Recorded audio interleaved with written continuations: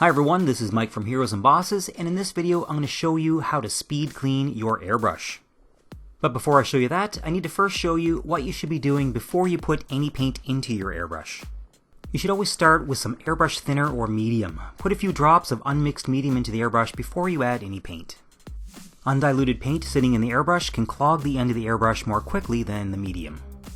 Even if it's a pre-mixed airbrush paint, I would always start off with some pure medium first. I never use airbrush paint straight out of the pot. Before you start painting with your airbrush, make sure you give the paint and the thinner a good mix. I use the same brush for mixing my paint as I do for cleaning it.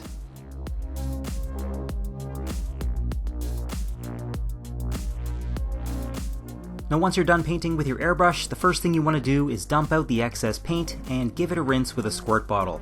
Do this a few times until it looks like there's no more paint coming out.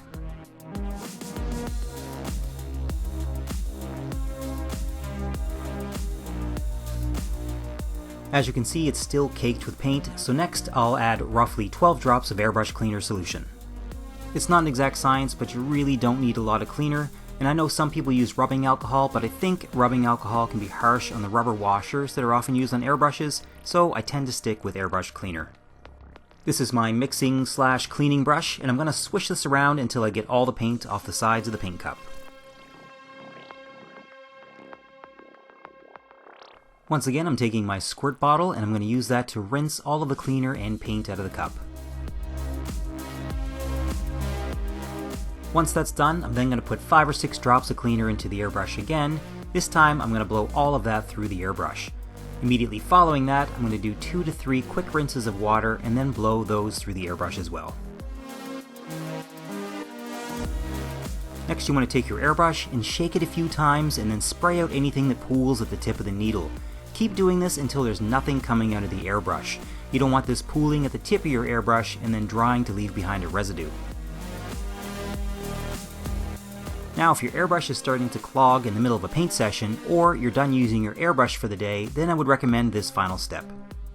Paint is inevitably going to collect around the end of the needle, so take a piece of sponge or paper towel and put some cleaner on it.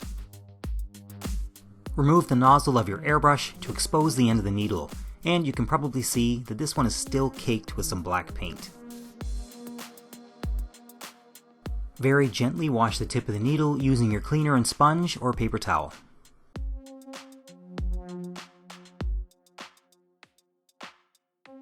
Next, give the end of your nozzle a quick little scrub and then put it back onto your airbrush. And that's it! This is going to solve 90% of your clogging problems. I almost never do a deep clean, and typically when I do, it's because the trigger mechanism starts to stick. But that is the subject of a different video. This is Mike from Heroes and Bosses, and thanks for watching.